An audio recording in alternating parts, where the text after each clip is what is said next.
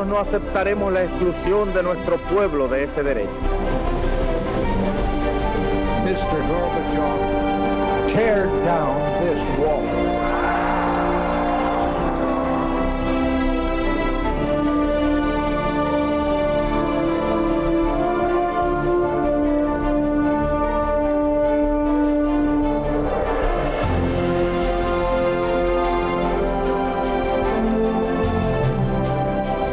Buenas noches, señoras, caballeros, bienvenidos a Tiempos Modernos. En este programa hemos hablado varias veces de las divisiones que desgarraron el Frente Popular durante la Guerra Civil. También en el otro lado, el Nacional, hubo divisiones y desgarros, pero se suturaron manu militari. ¿Por quién? Pues por el que tenía la mano, que era Franco. ¿El instrumento cuál fue? El decreto de unificación. Y falangistas y carlistas pasaron a ser más o menos una sola cosa. Eso fue el decreto de unificación y realmente determinó la historia posterior de España. De esta manera. El 19 de abril de 1937, en el marco de la Guerra Civil Española, el general Francisco Franco unificaba las fuerzas políticas del bando sublevado en un único partido, Falange Española Tradicionalista, y de las Juntas de Ofensiva Nacional Sindicalista, que sería el partido oficial del régimen durante muchos años.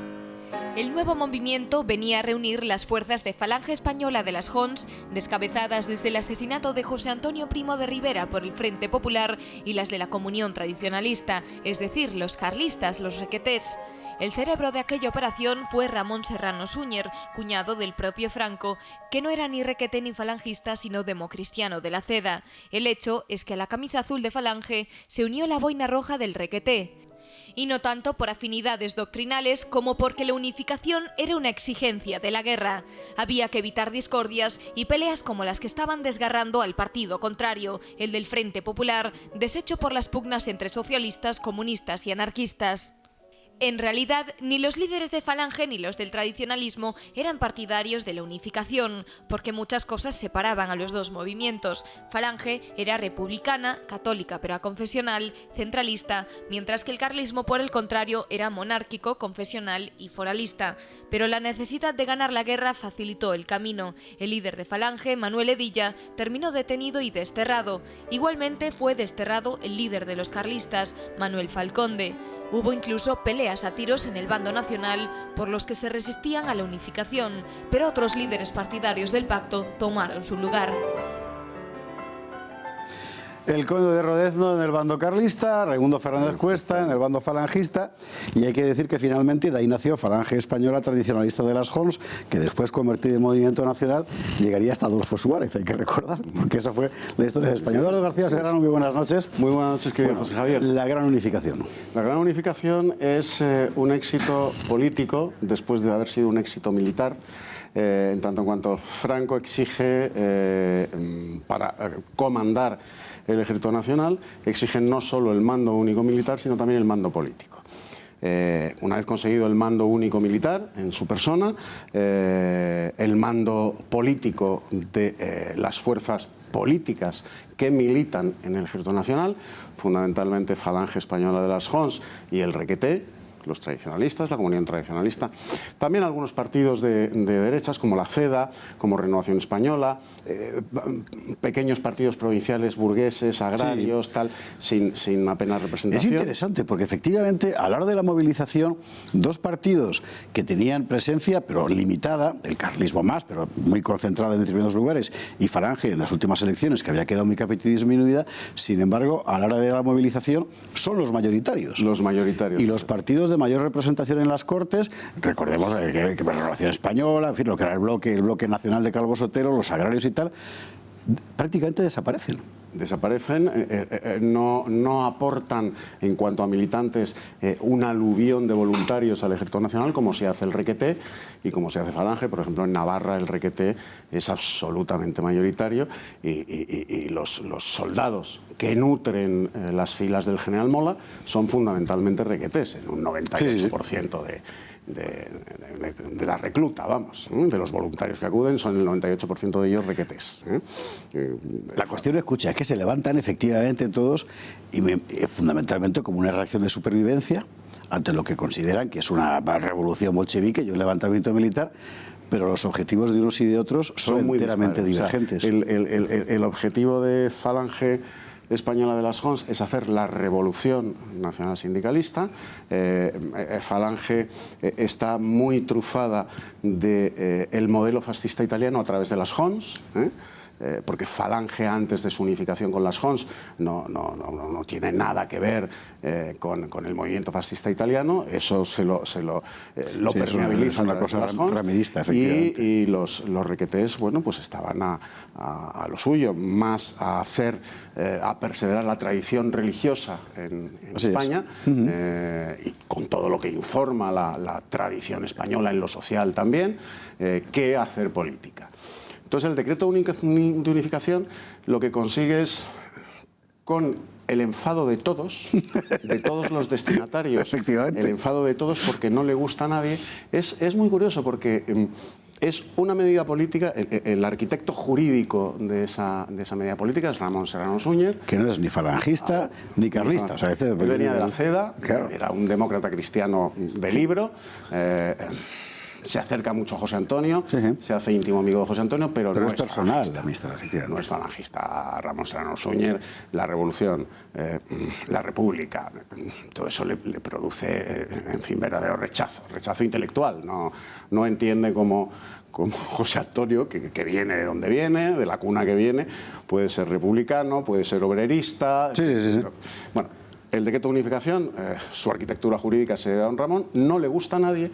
Pero es muy curioso cómo de algo que está destinado a unir fundamentalmente dos partes, el requete y la falange, que las dos partes rechazan, tiene unos resultados, tanto militares como políticos, luego en la paz, fantásticos. Eso objetivamente es así, la verdad. Eso es objetivamente. Hay que subrayar, sin embargo, que fue a pesar de los principales líderes de cada una de las partes. Además, con la plusvalía añadida de que a través del decreto de unificación, Franco y Ramón Serrano Súñer emasculan el sentido revolucionario de la falange, su sentido más obrerista, pero a la par le permiten hacer toda la gran política social que hizo la falange.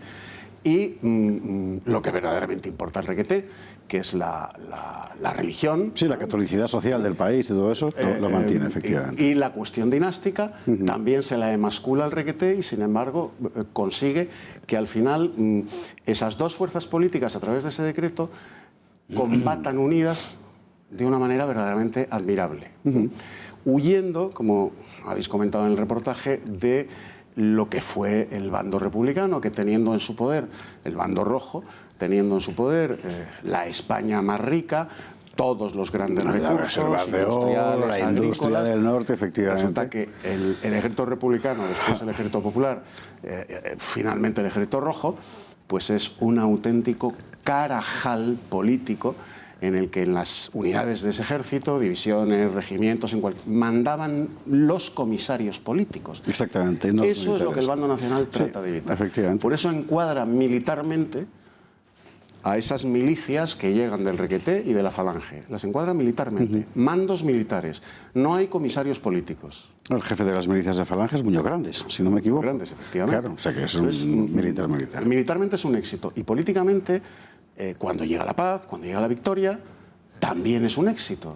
Vamos a hablar de cuando llega la paz, es decir, de esa impresión de partido único que, sin embargo, nunca llegó a ser realmente tal, porque había tanta cosa dentro que eso no es un partido único, eso era un cajón, ¿no? Bueno, la reacción de la falange, digamos, legitimista, valga el término, que es la de Edilla, es la de por encima de mi cadáver. Y efectivamente, por encima de su cadáver. Condenado a muerte, conmutado y desterrado. Y desterrado en Baleares. En las Islas Baleares, ¿sí? Pero dentro de falange hay tiros.